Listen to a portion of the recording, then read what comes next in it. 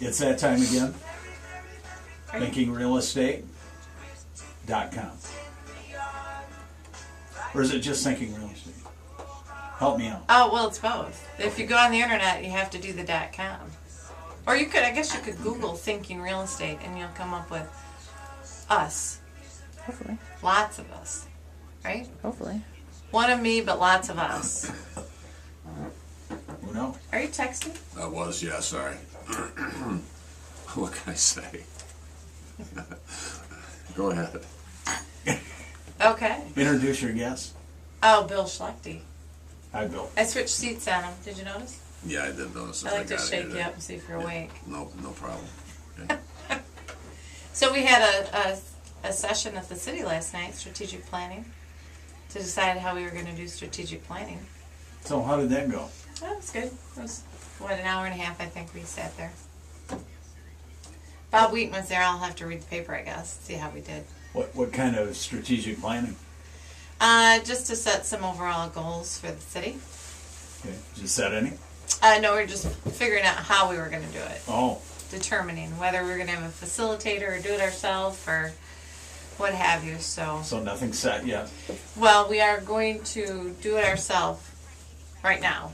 We may change our mind as we go along. I've offered to be the facilitator, Greg. Have you? They're going to respectfully decline that offer. Yeah. Lucky for I don't you. even think they No, thought. I'd love to do it. Who would even actually. think twice of 'Cause- having him as a Because facilitator? I don't really like politics that much, even though we might discuss a little. He's a discuss it lawyer. all the time. Yeah. I prefer. His opinions are really strong.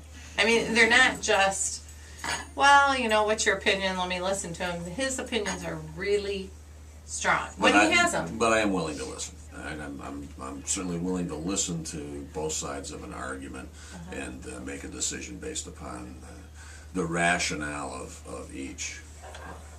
Do you believe that, Jay? I believe it's true. Let me call those kids and ask them how's that working for them.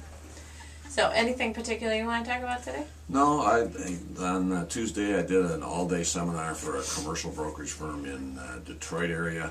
Very interesting conversation. Things are coming back in southeast Michigan on a non-residential, a commercial, retail, and industrial basis, slowly.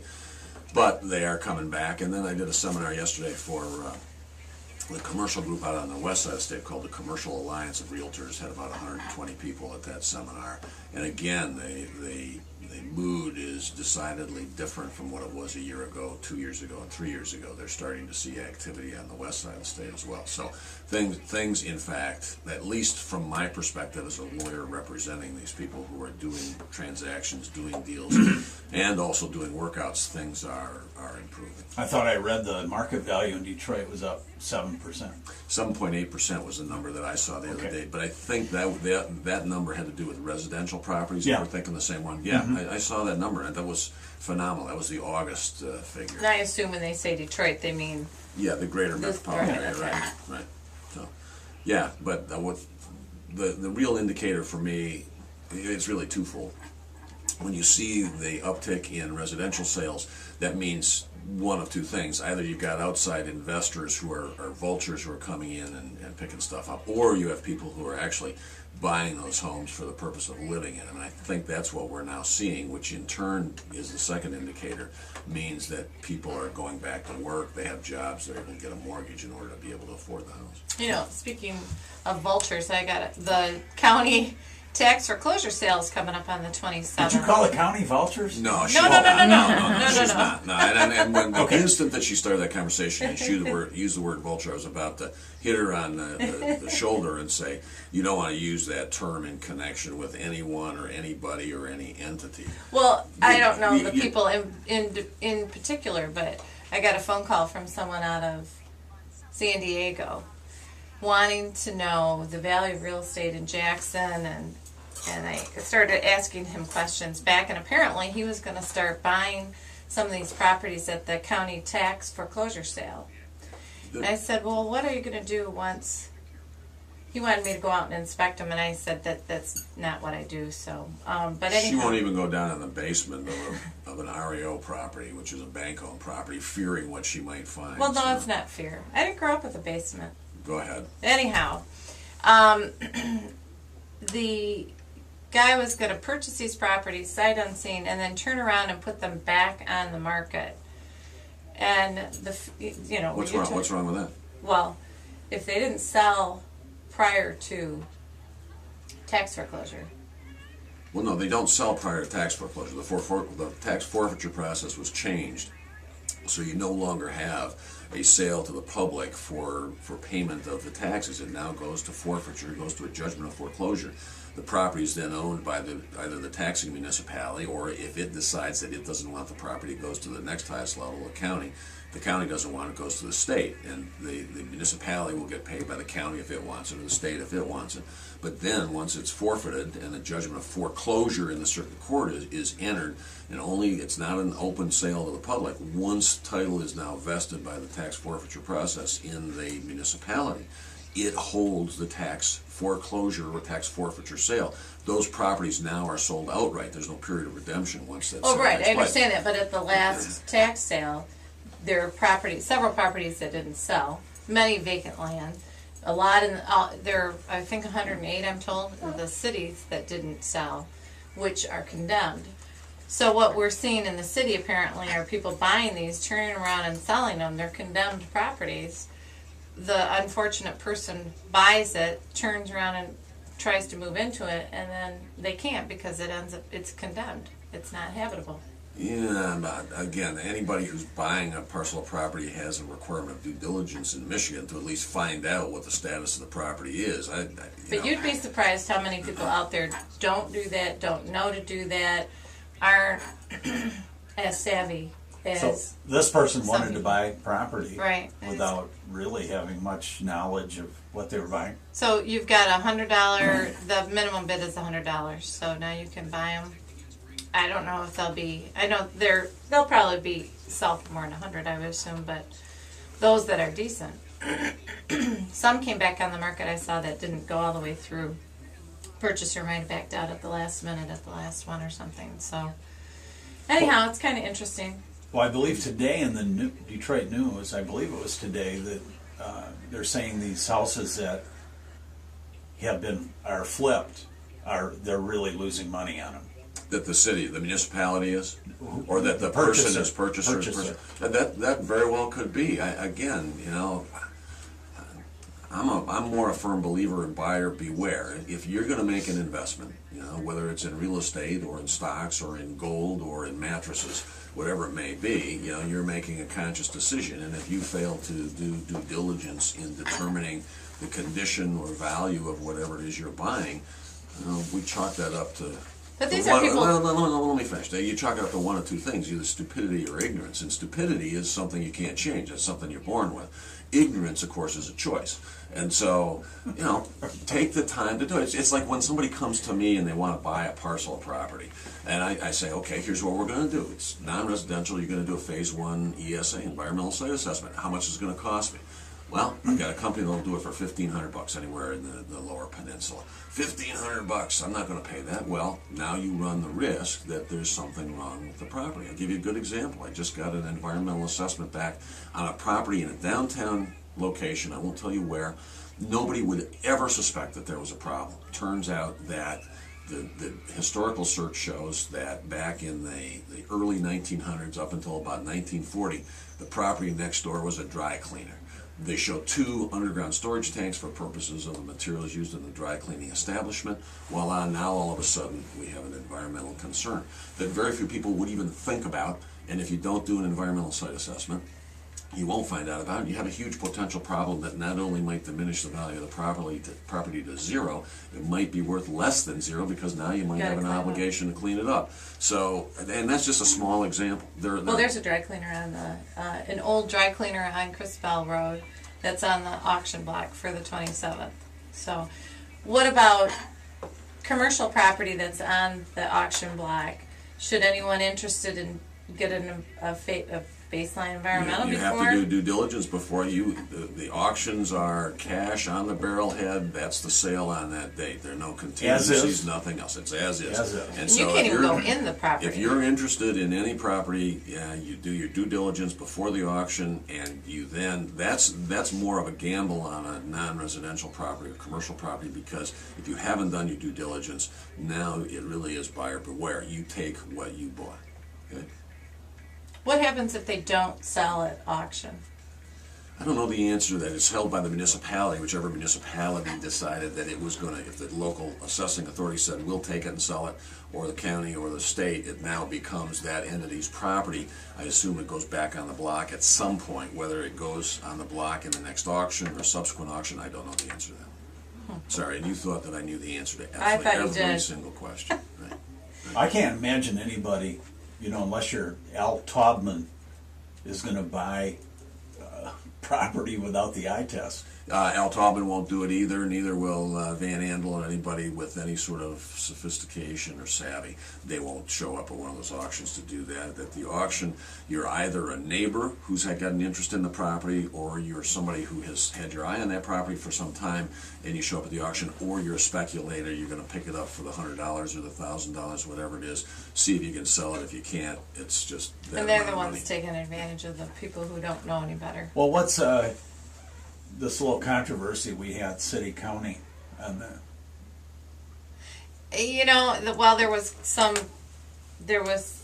going to be some agreement between the city On the and the couple county. houses that you tore down? I think it was on about the 100. I think it was on the ones that they have on the auction block that are condemned. Right. And so there was going to be some agreement. The county would pay X amount, and the city would pay to demo them. I think that the city had more of the risk than the county did, but for some reason it didn't come together. I don't really know all the details on that. Okay. It was going to be a land bank issue, I think.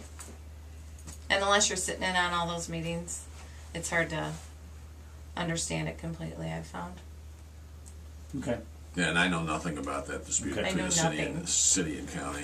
I was not involved in it. Didn't have any really interest in it either. By the way, Greg. I thought Laura might have a comment. She might have a comment as a Yeah. city council person. You're exactly right. But then the fact that she's a city council person does not necessarily stop her from making a comment anyway. I might add. You sound like a lawyer. Well, no, I sound like a husband who's constantly berated by the comments of his wife. That's what I sound like. So what do you think the risks are of using an out-of-town realtor to sell property Why would I use an out-of-town realtor to sell my property? That's, or to purchase property? why would I use an out-of-town realtor to purchase property? Because it's a relative. It's That's usually what it is. it's Don't you think, relative- Jackie? Relative to I what? don't know.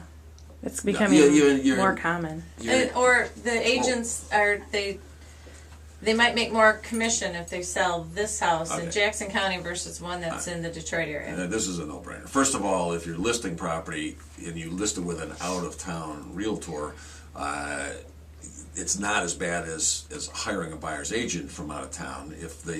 However, if the listing realtor isn't a member of the MLS, the local MLS, multiple listing service, can't get it listed in the local MLS, you'd be an idiot to list with the out-of-town broker, because that's the whole purpose of the MLS. Instead of having one real estate agent working for me, I've got all the members of the MLS out there searching for buyers for my property. How many members are there in the MLS right now in the Jackson area? I don't know about the MLS. The board is about 250.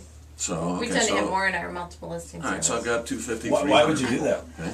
Why would I have more in my? You mean, say you're selling a property in Jackson and you're gonna, I'm going to list. you it want on to the list it Jackson- in Well, for Detroit? example- No, I want to listen to Jackson MLS. If I get a Detroit realtor who's not a member of the Jackson MLS, they don't have the ability to list the property in the Jackson MLS. And the likelihood area is it's going to be a local realtor that sells it. Yeah. Yeah, I So want, you want I it want, exposed. I want 250 local realtors working on selling the Right. property that's listed.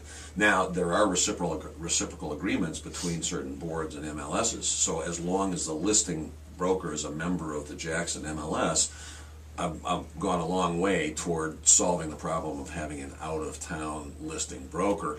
I'd be still suspect because the out-of-town listing broker isn't familiar with the local area to be able to market the property as effectively as a local realtor. by the same token, a buyer's agent, if a buyer goes out and hires a realtor, there's no way I'd hire somebody from out of town because they're not familiar with the local community, right? That's Yeah, my we had question. one- I mean, why would you hire? Well, somebody? we had You wouldn't. one. You wouldn't. We had a sale recently where the realtor was from Sheboygan.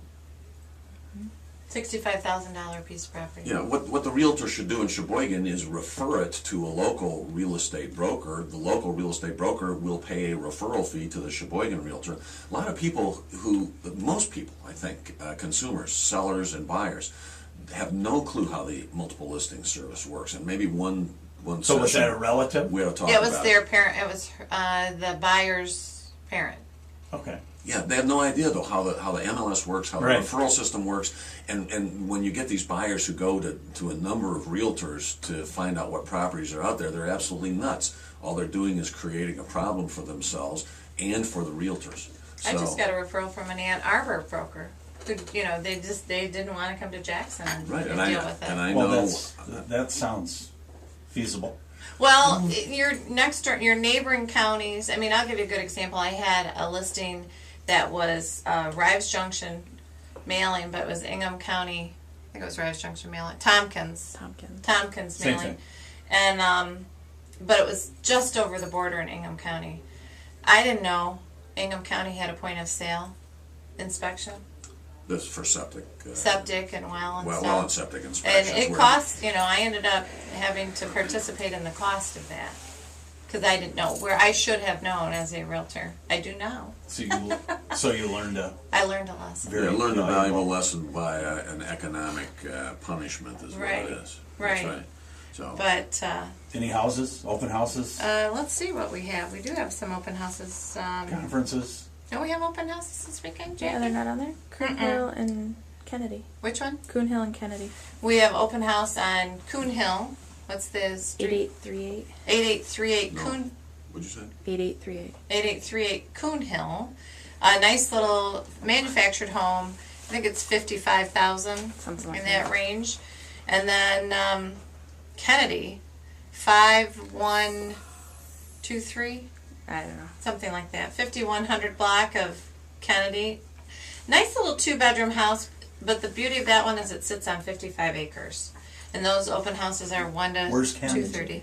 Off of Cooper. Off Off of Cooper. 106. Okay. Off of 106, just north of Barry. Say How that. about Prairie? Prairie. 353 Prairie. That's a nice little ranch over there in the Overhill subdivision. The back of the subdivision, so there's no drive-through traffic. Sits on about an acre of land that butts up to Ellisharp Park.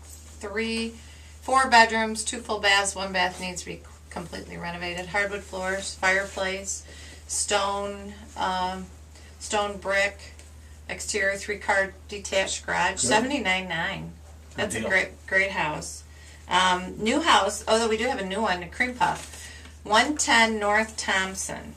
$69,900, 3 bedrooms, 2 full baths, and it does have a master bath on the first floor. Master bedroom. Completely renovated, and they pulled all their permits. That's important. Is it? Yeah. I mean, it is a nice cream puff house. And then, here's Coon Hill's price, $54,215. So come to those open houses. Go to thinkingrealestate.com.